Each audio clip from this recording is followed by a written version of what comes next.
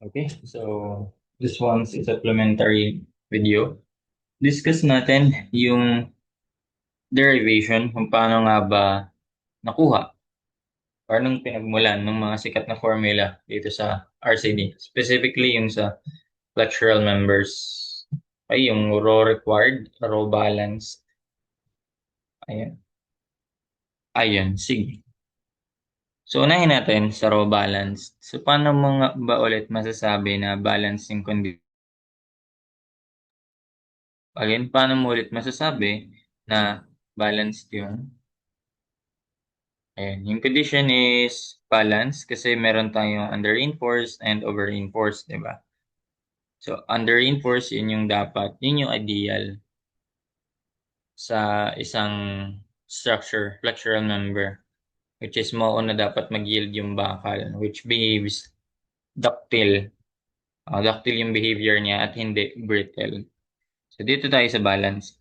Yung balanced condition, that is when the yield stress, yung stress ng steel, balanced condition. So that is when yung stress ni steel is equal to the yield strength na. Ayan. So, yun lang yung palatandaan. Okay, so dito may given tayo na yan yung beam, yung profile niya, side view. So, syempre dito, lagyan natin ng mga arrow, ano. So, this one, di ba ito yung kulang pa pala to. So, this one is the neutral axis pa lang. So, dagdagan ko. So, di ba meron tayo diyang magiging stress block? Yung depth ng compression block na bali. So, dito siya banda pala talaga. Ayan. So, ito yung neutral axis. Then, taas-taas siya dun. Kaya mas malaki lagi yung neutral axis. Bakit? Kasi di ba we have this, yung conversion na alpha, yung A, stretch block, A na lang, is beta 1 times C. Wherein yung beta 1, hindi magiging 1 yan. So, ibig sabihin si C, multiply mo sa less than 1. So, bababa value niya, di ba? So, ganun lang. Kaya, nandito yung A natin. Pangalanan natin tong,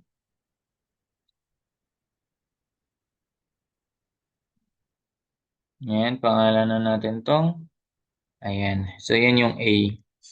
The depth of the compression stress block. Dagdagan ko lang to.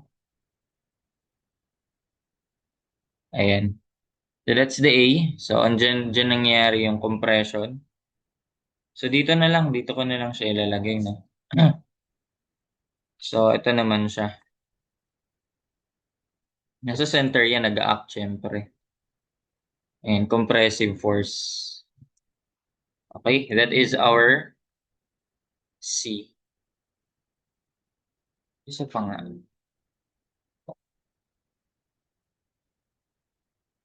Ayan. So, nag-act siya sa centroid ng, centroid ng block natin. That is RC. And then, yung tension naman, ayan, yung compression force. Pwedeng itanong to, natanong na yun sa board exam. Ano yung compression or yung strength, compressive strength. O yan lang yun, yung C. And then yung tension, assume lang natin ha na ito ay neglected muna. So, one layer lang muna. Okay? So, halos, yan lang kasi nakita ko eh. So, ayan. So, dito yung tension natin bali. Tension naman siya, yun nga, tension. So, opposite in sense nung sa tension, ay compression natin. So, this one is the T. Ayan, ito yung tension. So, ayan, ano yung makuha natin? Ito, by ano lang to, statics lang to. Summation of forces along x equals 0. Anong nangyari? It's compression equals tension. Ano yung compression? So, yung compression dito, may formula to.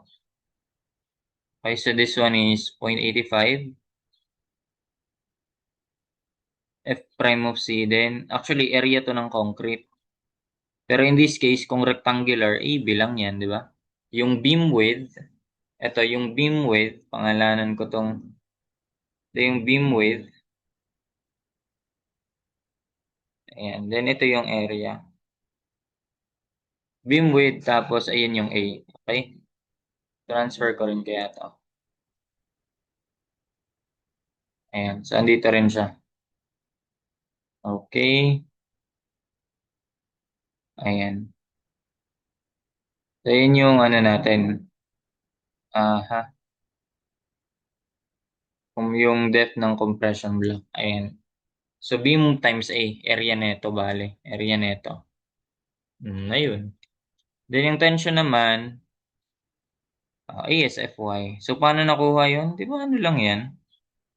Ito lang yan, yung sa Hooks, yung ano, yung alam natin.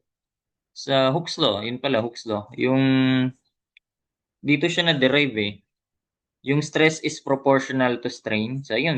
Stress is proportional to strain. Ganito siya, epsilon eh. So para matanggal yung proportionality symbol na yan, nilalagay natin ng equal, pero may constant ka na value. Wherein, in that case, yung constant natin, tinatawag nating modulus of elasticity or yung Young's modulus. So, ayun. So, paano makuha? Ayan. And then, ito palang isa, ayan, gagamit natin yung mamaya. Ito, so this is just the concept ng force over area. Stress is force over area. So, para makuha yung force is stress times area lang. No? So, yan. Stress, ito pala yung stress niya, 0.85 F prime of C. Then, ang area niya, yun, AB. Ito yung stress niya, Fy. Ito yung area niya. Ganun lang. So, 0.85, sige, derive natin. Lagay natin. 0.85 F prime of C times AB. AB na lang dito kasi assume ko rectangular. Again, applicable lang yan for rectangular. ASFY. Okay, so, ayun yung kakailanganin natin. Una. And yung pangalawa is, ayan. So, para makuha natin yung balance, yung raw ball, so, express lang naman natin to in terms of, yan. Yung AS dyan, ito yung alam na rin natin. Di ba, meron tayong tinatawag na steel ratio. So, that is the ratio of, yun, area ng steel over area ng, ayan, yung base, hindi gross area, pero yung net, yung parang bawas na yung, as mo bawas na yung tension na part, BD na lang. B tapos, ayan, D. Ayan, kasi wala na yung concrete sa tension eh. Ay, yeah, sa tension. So, steel na lang yun nandun. Yeah, yun. B times depth lang, effective depth. Okay, hindi na yung buong height. So, ayun. So, yung row, ibig sabihin yung row, ay yung AS, pwede nating palitan ng row BD, no? Sige, so gawin natin 0.85 F prime of C. Then, ang A natin, okay. Wait. Yung A din pala, pwede natin palitan ng beta 1C, di ba? Palitan na natin, beta 1C. Tapos yung B, okay. Then AS, ayun, row BD. Palitan natin, row BD. Then FY. Ayan. So, kung kukunin mo lang si row,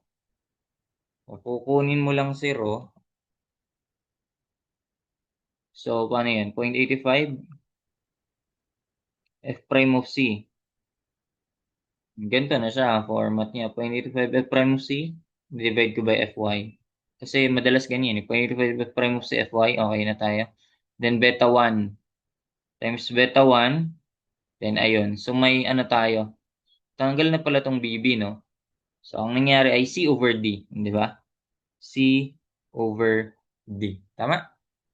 0.85 F prime of C, beta 1, then ayun. C, divide mo by So, ayun, raw na siya. Pero ito pa lang yung ano for raw in general.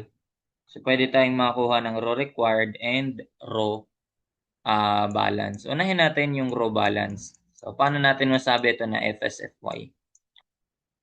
So, ito yung strain, ito yung sinabi ko kanina. Ayan. So, that is yung stress over modulus of elasticity, di ba? So, stress, pinapangalan na natin tong Fs. Actually, Fs. Fs muna. Over modulus of elasticity ng steel. Ayan. Which is, in this case, ang FSI, Fy for balance, then over modulus of elasticity ng steel. So, ito, dapat alam mo na 200,000 megapascals yan. Kapag kapag English naman, that's 29,000 KSI. Di ba? Meron naman kapag kilogram per square centimeter, nasa ano yun? Gamit na gamit yun sa surveying naman. So, sa supisad, ano lang tayo? Either megapascals or kilopounds per square inch. So, ayan. Anong relationship yan? Right triangle lang yan. Di ba? Similar triangles. Actually, pwede mo gamitin ito. Ito tsaka to. Pero ako kasi, ayoko gamitin yung ayoko nang magsasubtract pa ako ulit ng C. Okay, so pakita ko na lang lahat. So, unahin natin to. Ito, C over, ano yan? Ayun, ito yung value niyan. 0.003. Okay, so C over 0.003. By ratio and proportion na yan. That is equal to, sige, gawin ko muna yung isa. Yung ito naman, yung babang triangle. So, that's dt, or dt minus C. Okay. In this case, gawin ko na lang na d yung dt ha.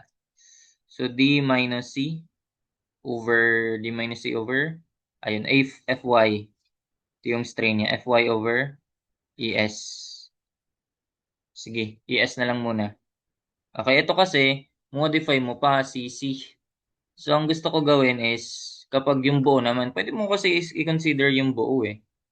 Okay, pwede mo rin gawin yun. Consider mo siyang buo. Nawala, naputol tuloy. Ayan, pwede mo siyang gawing buo. Paano? Opya. Ilak ko nga to. Pwede mo siyang gawing buo. Ayan, so extend mo lang to. Then, gawa ka rin ng linya dito. Pwede rin yun kasi ano din naman yan eh. Similar triangles din naman yan sila eh. Yung buo tsaka yung part niya. So, ibig sabihin, ito. Pwede mo yun i-consider din yung triangle na yan. No? So, that is what? Pwede rin dt ka na lang. O di ka na magsasubtract, di ba? Kasi yung goal mo is makuha yung C. And so, dt over dt over ayun. So, 0.003, mag-add nga lang sila. 0.003 for dito. Tapos add mo yung ET. Na? Ano yun? Ayan, di ba? Ito yung Fy over natin. Y over ES. Huh? Ay, sumasama. Ito lang. Ayan, megapascals. So, that will be 0.003. Tama? Plus Fy over ES. Actually, yan, pwede na yun eh. So, yung C, pwede mo na makuha. C is equal to, ayan. So, since inequal ko na pala to, if Fs equals Fy, so pwede ko na siyang pangalanan na balance na to. Para tawag nito, ma-distinguish siya or maiba siya. Sibal. Tsaka, ayun, ayun, nangyayari. Okay? Gitna ko to. So, ang nangyari, sibal, or balanced na depth ng neutral axis, yun ang tawag sa kanya. So, that will be equal to, and so magiging 0.003 d over 0.003 plus Fy over 200,000.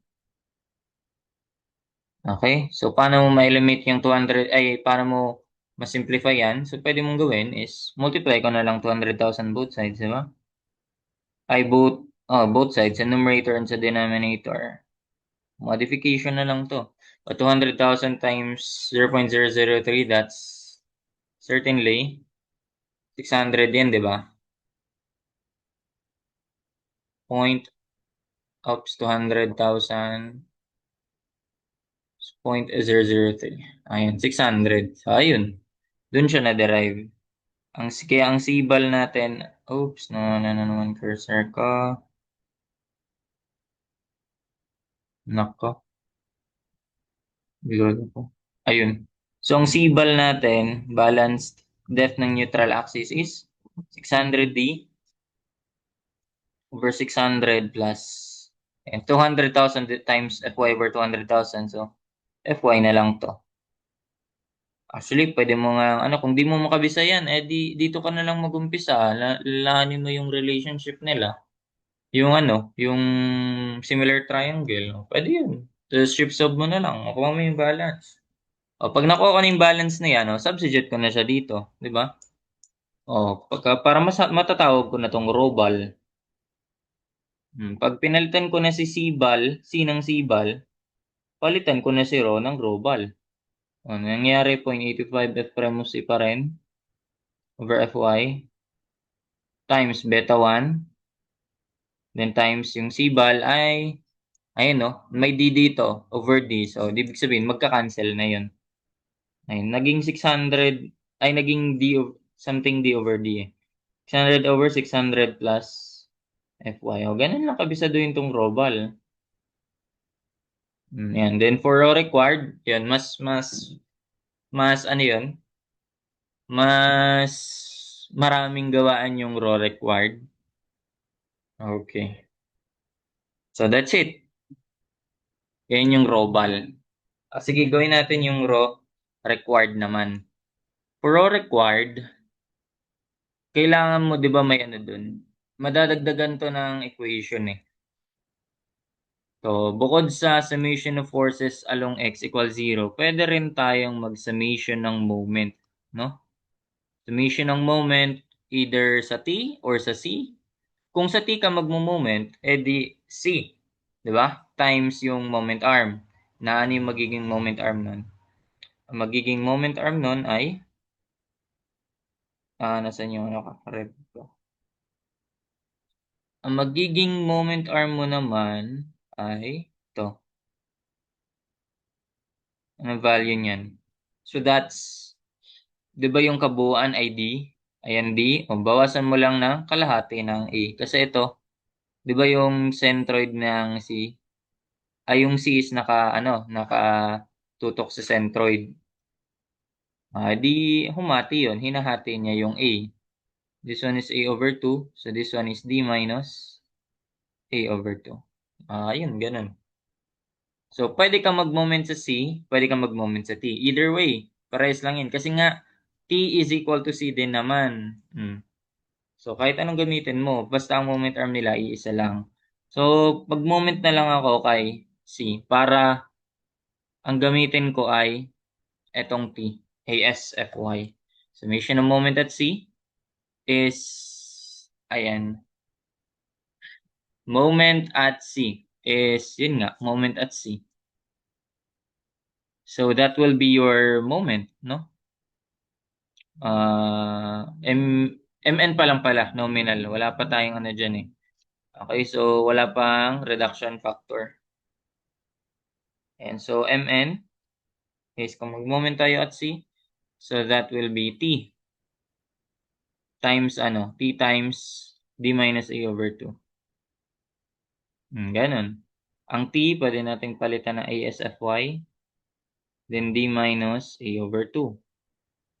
Then that will be our MN, nominal moment capacity. Pero ang madalas ginagamit natin is MU, which is imumultiply mo pa siya sa phi. So, phi mn lang naman to. PMN, sige, sulat ka na lang din. So, MU natin ay phi times, yun. Pwedeng ASFY, pwede rin 0.85 F prime of C, AC. Ayan, ASFY, then D minus A over 2. Ito, may reason ako kung bakit ASFY yung ginamit ko. Okay, kasi ito bababa ko to kasi may gagawin ako dito. Bababa ko muna siya. May gusto kong ipakita dito. Ayan. So dito sa itong nagawa nating equation na yan, pwede na nating i-express si A in terms of AS. Gawin nating A yung subject of the formula bale.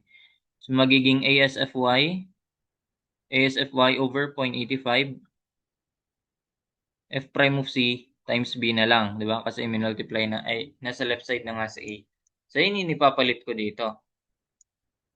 Ayun. So paano yan? Nahaba na yan eh. So MU, sige gawin natin. MU, and syempre, palitan na rin natin yung AS ng rho BD, di ba? So yung AS, palitan na natin yan ng rho BD. Ayun, isang substitute sa mga value na yan. So magiging phi times rho BD, IS, palitan natin ng rho BD, no?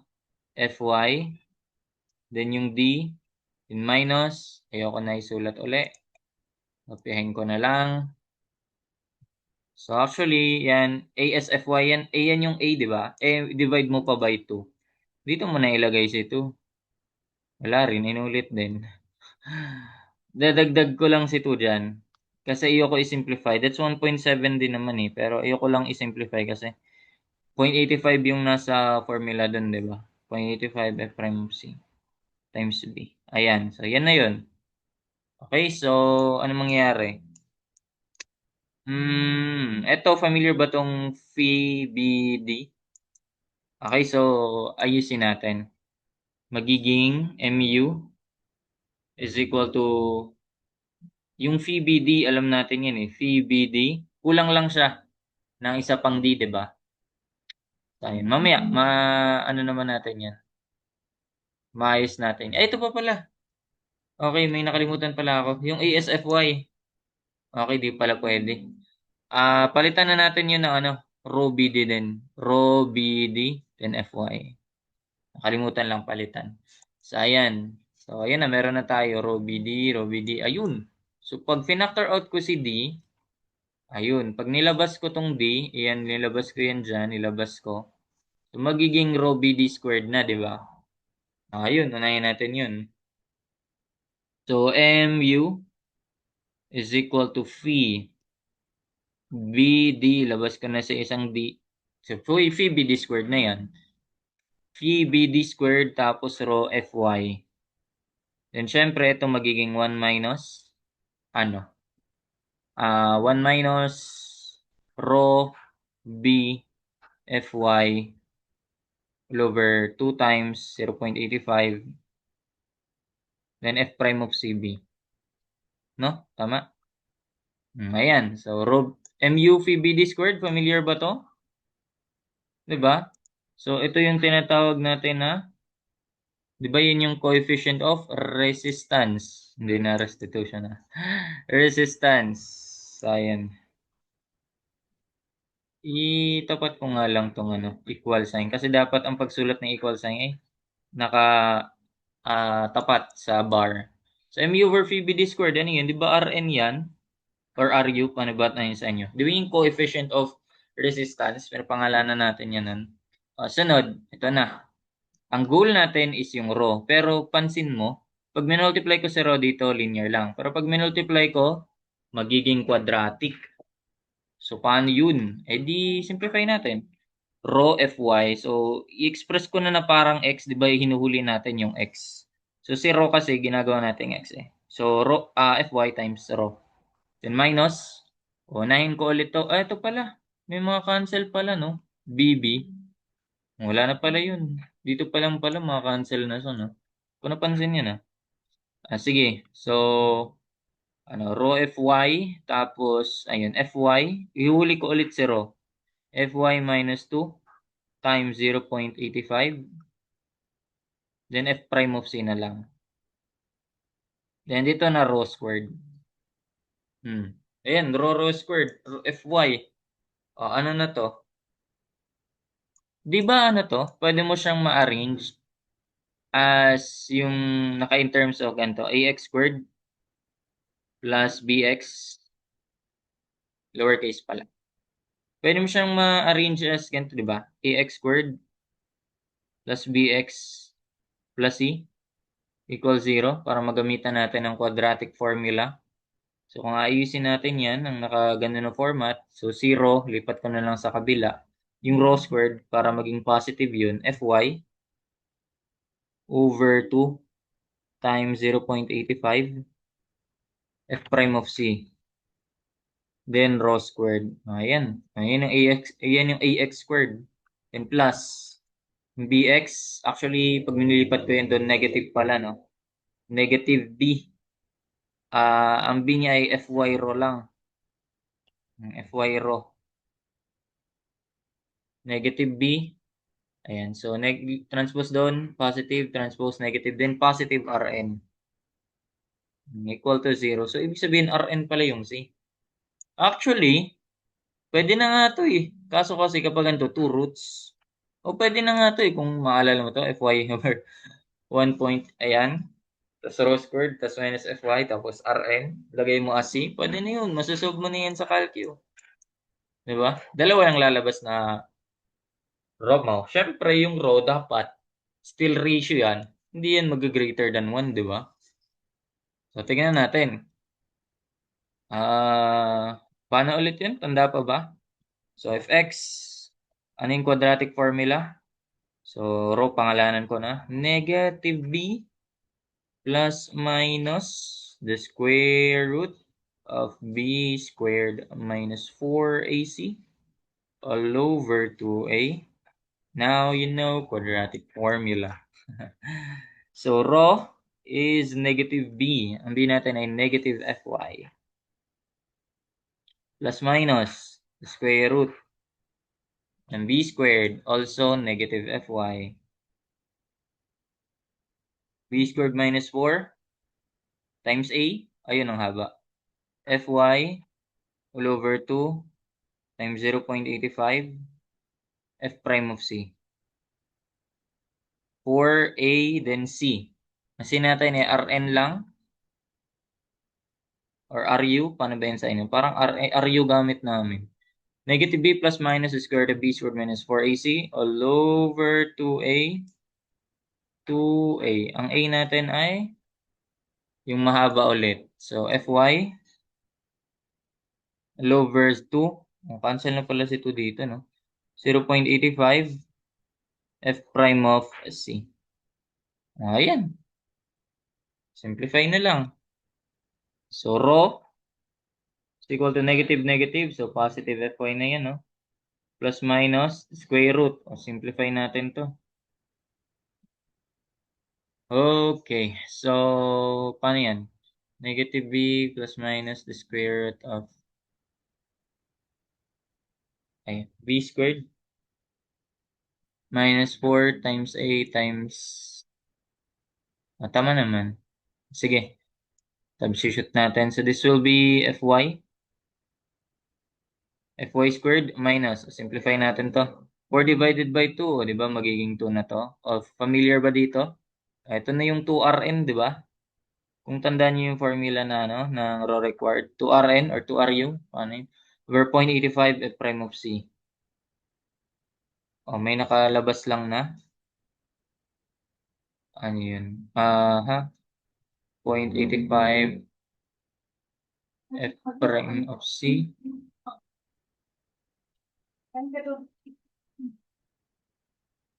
Ayan. 2Rn. Nakalimutan ko sa Fy.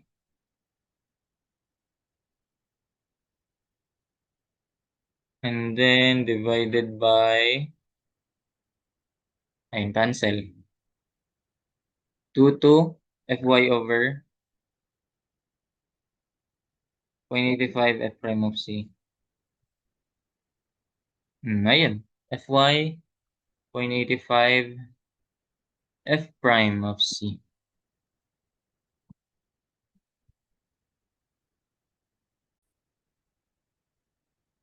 Okay, may nakaligtaan lang pala dito banda na part. Dito banda. So, Fy, yan, rho, BD, ito pala. Rho BD, so ito rho Fy. So, ito pala, pares pala sila mag-square, no? Yung rho, then Fy, ito, dito banda. Rho Fy times Fy. Kalimutan. So, rho Fy times rho Fy, pares pala sila mag-square. Fy din mag-square. Kaya pala. So, this one mag-square to. Then, ito naka-square din to. Okay? So, yun lang naman mababago. Then, ito naka-square din to. So, yun lang. So, yun, pwede na. Pag finactor out natin si Fy, di ba? So, ang mangyayari, sige, lagay ko na lang dito. Pag finactor out mo si Fy dyan, magiging square root ng Fy squared. Ay, times ano? Times ano na matitira? 1 minus 2Rn over 0.85 F prime of C. Okay? So, ayan. So, kapag ganyan, di ba, pwede mong gawin is, yung radical, pwede mo siyang mapaghiwalay. Pag product ng roots, product ng naka-root nga. So, paghiwalay mo sila. So, yung Fy, square root ng Fy na lang. Di ba? So, yun na yun. Kaya, eto, ito, pwede ko na tong multiply ko na to. O, naka-reciprocal, ilalagay ko na siya dito. That will be rho is equal to 0.85 F prime of C Fy. So, ayun na, 0.85 F prime of C over Fy, then times Fy. So, I mean, tama. 0.85 F prime of C Fy. Ayan, mawawala na ng ano na yan. Fy squared. Sige. Wait. Unahin muna natin yung ano. Unahin muna natin. Ayun, kapag finactor out mo nga siya, pag finactor out mo yung Fy doon, okay. Balik ko lang to. Pag finactor out mo siya, mas square root sa Fy, di ba? So, pag finactor out mo yung Fy, may Fy dito. Magkakaroon din ng Fy dito. So, ayun. So, hindi siya sige, sulat natin. Fy, and plus minus, ayun, may Fy na dito. And square root ng 1 minus 2Rn over 0.85 F prime of C. Ayan. And then, yung baba, as is.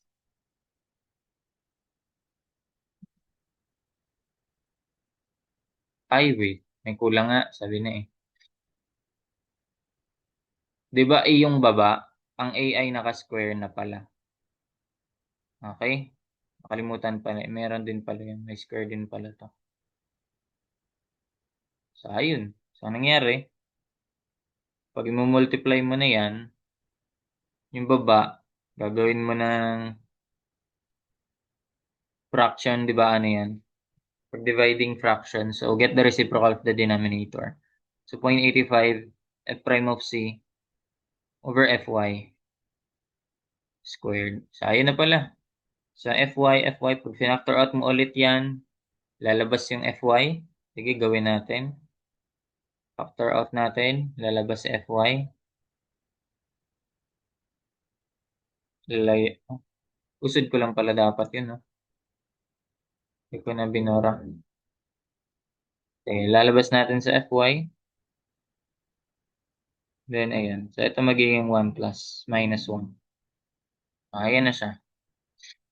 Maka-cancel natin yung Fy dito, Fy dito. So, ayan na. Ito na yung formula. So, that will 0.85 F prime of C over Fy. Then, ito, 1 plus minus 1, or di naman na sinusulat natin yun. That will be square root ng, ayan, 1 plus minus, square root ng 1 minus 2Rn over 0.85 F prime of C. Now, ang tanong, anong gagamitin? Di ba two roots yan? So, bakit sa formula negative yung gagamitin? Negative talaga yung gagamitin natin. Kasi, babalikan natin yung row ball. Ayan, 0.85 F prime sa Fy. Parehas silang meron nun, di ba? Ang row ball, 0.85 F prime of C over Fy. Dito sila nagkatalo. So, yung beta 1, di ba ano yan? Less than 1 yan. Of course, ito may less than 1 din, no? Kasi 600 yung numerator. Yung denominator 600 is dadagdagan mo pa ng Fy. Yung Fy, hindi naman yan magne-negative. So, lili din talaga yan. Negative, less than 1 din to. Di ba?